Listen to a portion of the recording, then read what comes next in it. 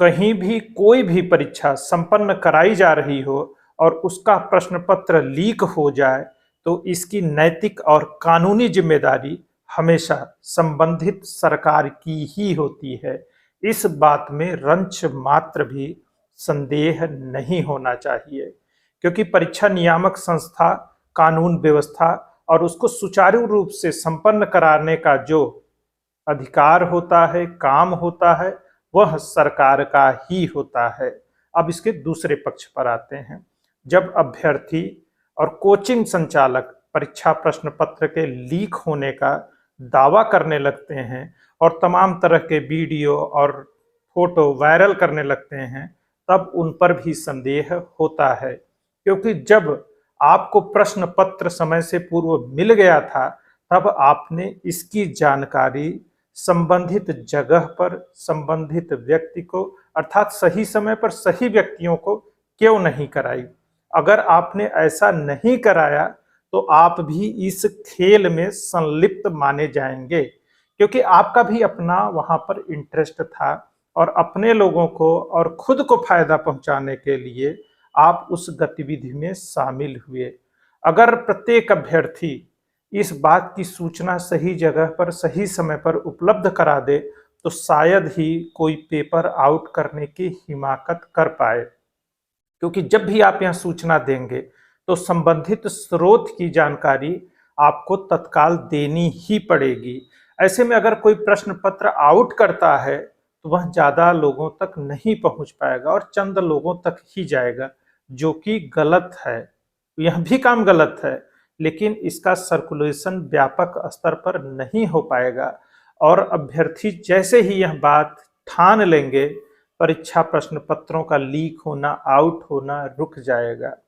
और सरकारों पर दबाव बनाने का भी काम इन्हीं अभ्यर्थियों का है, लेकिन होता इसका उल्टा है, क्योंकि जैसे ही कोई प्रश्न पत्र मिलता है या उसकी की मिलती है तो अपने दोस्तों और अपने लोगों में गुपचुप तरीके से बांटने में लग जाते हैं। उन्हें लगता है कि यह प्रश्न पत्र या आंसर की सिर्फ उन्हें मिला है और यहीं पर खेल हो जाता है, क्योंकि ऐसा सोचने वाले भी लोग लाखों की संख्या में होते हैं और सुबह फिर पता चलता है या फिर परीक्षा के बाद पता चलता है कि वह अकेले नहीं हैं। तो ऐसे में यदि आपको इस तरह की कोई सूचना मिलती है तो आपको थाना जाने की कोई जरूरत नहीं है।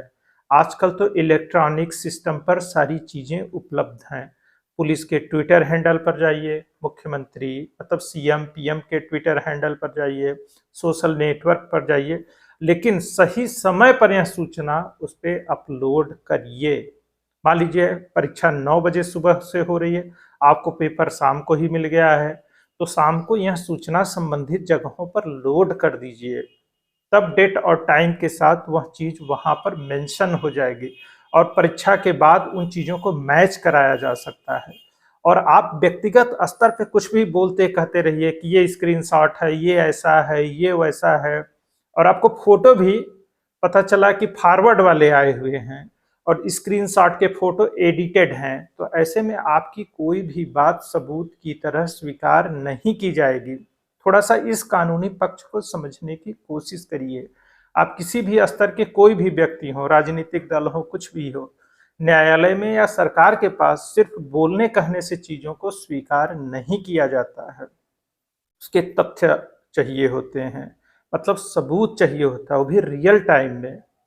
आज मान लीजिए अभी पेपर हो गया, आप उसके ढेर सारे फोटो वीडियो बना सकते हैं, उसको कहीं भी अपलोड कर सकते हैं और तरह तरह से एडिट कर सकते हैं। ऐसे में उसका कानूनी पक्ष बेहद कमजोर होता है।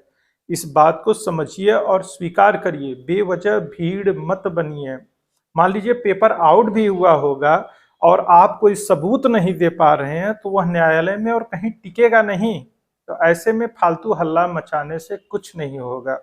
और जैसे ही आपको सबूत मिला है कि आपको किसने उपलब्ध कराया, यह भी आपको बतलाना पड़ेगा ना, कि मान लीजिए आपको कोई फोटो वीडियो इस तरह का मिलता है, टेक्स्ट मिलता है, तो किसने भेजा, मोबाइल से भेजा, नेट से भेजा, तो उसका आईपी एड्रेस होगा, मोबाइल नंबर होगा, तो संबंधित व्यक्ति को आसानी से पकड़ा जा सकता है। और अगर आप यह काम नहीं करते हैं तो आप स्वयं भी उसी तरह के अपराधी हैं और प्रश्न पत्र के लीक होने और वायरल होने के आप स्वयं कारण हैं। इस बात को थोड़ा गहराई से समझने की कोशिश करिए और तथ्यों और तर्कों को सही संदर्भ, सही अर्थ में देखने का प्रयास करिए। और आपको आपके आगामी भविष्य के लिए ढेर सारी शुभकामनाएं।